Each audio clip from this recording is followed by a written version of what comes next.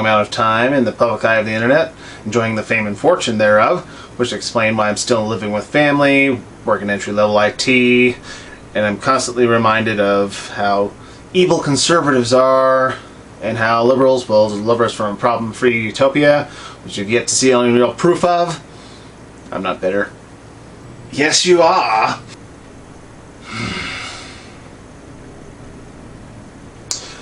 I remember how much people that spend their time on the internet are, by and large, angry idiots, making the internet a dangerous place to be.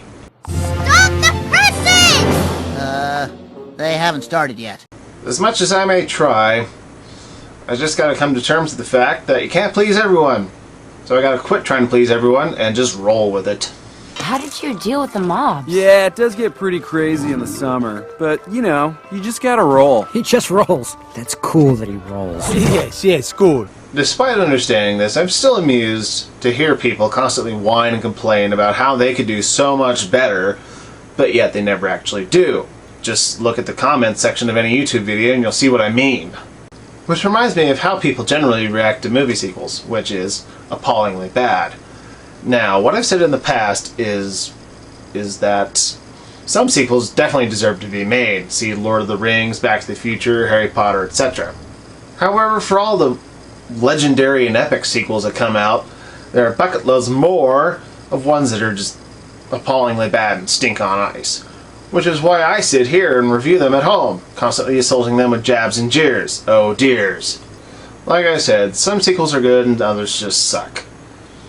Some of them come around from the constant beggings and pleadings from fans, much like the fans of Christmas Story 2. Oh wait, there are no fans of Christmas Story 2! Who came up with this idea anyways? What? They finally made a Christmas Story 2? I was wondering if Warner Bros. Got my email about that!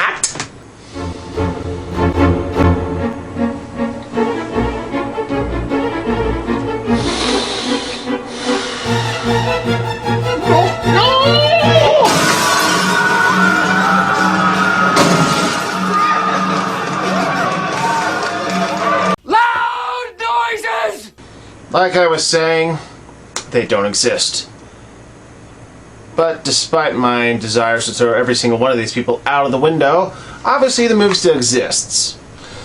And you know, it could have been worse though. At least it's not a remake. You know, those never work out. What you just said is one of the most insanely idiotic things I have ever heard. At no point... Okay, shut up! Alright. A Christmas Story 2. Where do I begin? Or better yet, why make a movie sequel that clearly didn't need one? The first was short, sweet, and had a clear point. Little boy wants a BB gun for Christmas, has delusional daydreams about getting it, and finally gets it at the end of the show. It had plenty of jokes and was engaging enough to keep you interested until the end. Then closure. The movie did keep reminding us every now and then that he wanted it, but it wasn't crammed down our throats every 5 seconds. It was a movie that we could relate to. Things like a fussy father that cusses every now and then, realistic punishment for kids saying bad words, bullies, and kids making stupid decisions which they thankfully learn a lesson from. Christmas Story 2 comes along and says, "Hey, you remember that one scene about how stingy the old man was when buying a Christmas tree? Well, wouldn't it be great if we kept badgering the points that he's so stingy, frugal, that it almost ruins Christmas? Or, hey, do you remember how Ralphie's friends were stupid as children, and one of them ended up getting his tongue stuck to a pole? Well, wouldn't that be hilarious if we bring them back and belabor the point that they haven't grown up at all? And instead of waiting for a response from anyone like, no, those are totally retarded ideas, why is your head bandaged? They go on and say, great, glad you like those ideas. Now let's put a magnifying glass on every other little point like that, and I think we'll have ourselves a movie. And oh yeah, let's throw Daniel Stern in as the old man so we have at least one fairly recognizable face, which will sucker people into buying it. Because he was great in Home Alone. Now I've got to go back to slamming my head in a car door. So, without further ado, here's Christmas Story 2. Man, that was cheesy. We begin the movie by reintroducing the characters from the first. Ralphie's kid brother, his father, his mother, and of course, Ralphie himself. Whoa! I didn't remember Ralphie being a peroxide blonde like that, with hair stuck in place. You could rip it off and beat someone to death with it, like it's holding place with polymer cement. Well, moving on. We get a bit of insight into what was on everybody's Word of the Day calendar via nearly every main character. Son of a bitch. Son of a bitch! Son of a bitch! Cheap son of a bitch. Which, if I remember right, cussing like that got Ralphie a bar of soap in the mouth. Randy gets just a stern look and an empty threat. I guess all those years of listening to the old man cussing like a drunken sailor took the wind out of her sails. Ralphie and his friends have moved on too, from thinking about BB guns and double dog dares to cars and women, like every other normal boy in small town USA. Or pretty much every town USA. Ralphie's heartthrob in this movie is a beauty by the name of Drusilla Gertrude, which Ralphie has a bit of an uncomfortable attraction to.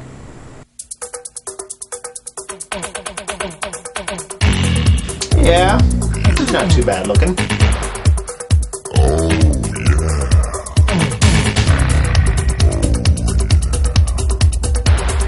Yeah, I've a daydream or two like that before.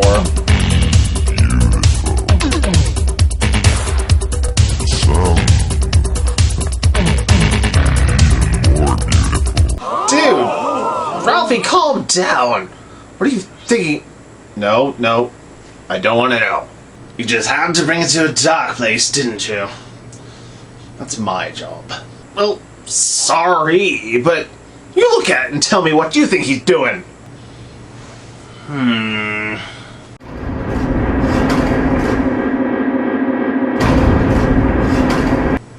Yep, not going to go there. Case in point. Boy, that escalated quickly. I mean, that really got out of hand fast. Aside from Ralphie's fantasies about Drusilla, he and his father head over to a local lumpy lot to go fishing for a new car. The two have worked out a foolproof system which nobody can see through. Why'd you hop in the back there, Sonny? Just want to see if that seat's roomy enough for you and your brother. Sure thing, Dad. Okay, that's just silly. Obviously, the car dealer can see right through their clever ruse, but plays along anyway because he really just wants to make a buck off the old man. Huh? What the heck was that left in there for? Hey, Wally, did you forget something? Oh shit. Thanks for catching that. I'll be sure to tell the editing team to leave that shot out. So, one day walking home from school, while bemoaning his sorry state about never being able to get the girl of his dreams, he walks past the lumpy lot, where they're putting out his dream car, which will inevitably be sold, and add to the broken dreams of Ralphie Parker.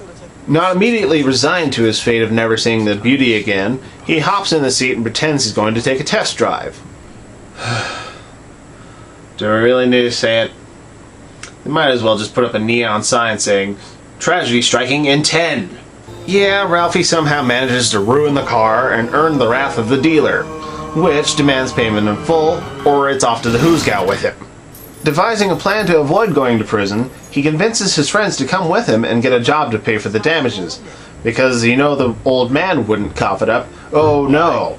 He has to learn a lesson about life. Realize that you can't just go beg and cry to some sort of sugar daddy to make everything better. Kinda like the welfare system in our government. And where else would they get a job but the only place in town that exists besides the lumpy lot? Higbee's. Yeah.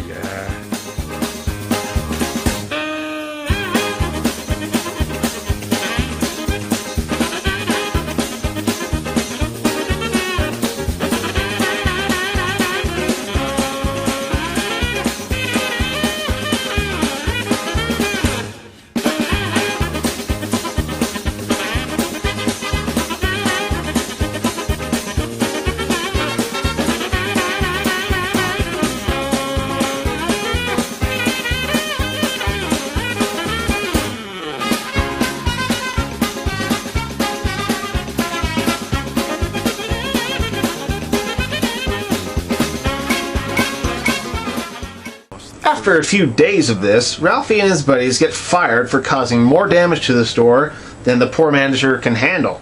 But a little setback like this can't turn Ralphie around and leave him in the dumps. Oh no, sir. He goes back, begs for his job, and miraculously raises the necessary money to repair the damages to the car he ruined.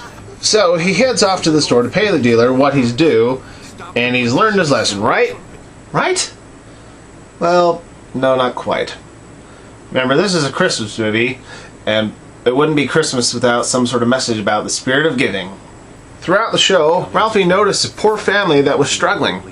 So he uses nearly half the money to buy them what they need and treat them to a wonderful Christmas dinner. This is the most incredible thing I've ever seen. But eventually he has to face the music. So he throws himself at the mercy of the dealer, who basically puts two and two together, takes what Ralphie has to offer, and forgives the rest of the debt. Because it's Christmas! And of course it wouldn't be Christmas without the exchange of gifts. One from the nefarious Aunt Clara for Ralphie. Randy, she sent this to you.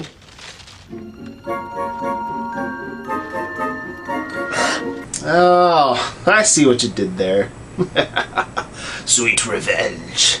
Then, as it was only hinted at twice during the movie, only in passing, Ralphie decides to show his father how grateful he was for teaching him the values of hard work and determination by getting him... My God, it's risen from the grave. Isn't it beautiful?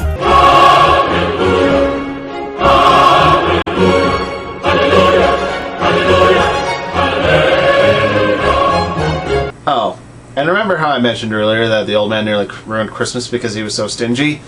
Wouldn't buy a new furnace, wouldn't buy the Christmas turkey, and wouldn't help Ralphie out when he needed it?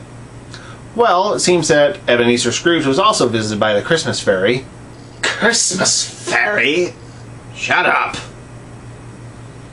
And decides to buy his son the dream car he so desperately wanted!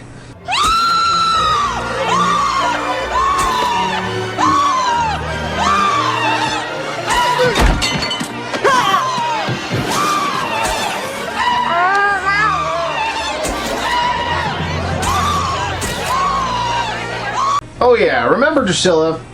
Well, she happens to come by, having decided to dump her boyfriend and go for Ralphie. Wait, what? Come on, both of his dreams come true? What a load of frickin' clicker ever! Well, Lottie frickin' da! Well, that's the movie. What a wonderful movie it was, right? I mean, for all the cheesy acting and reminders from the first movie, they do tie it up nicely with a giving is better than receiving Christmas message, which, if you can handle all the silliness, will give you some warm fuzzies. But for a movie that's had almost 30 years to come out, it seems like it was kind of rushed. And it probably was.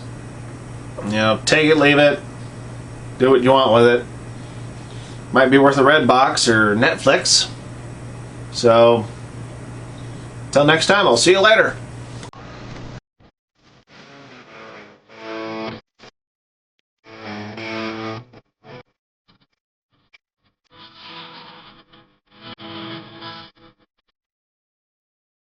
Hey, wait, I just thought of something.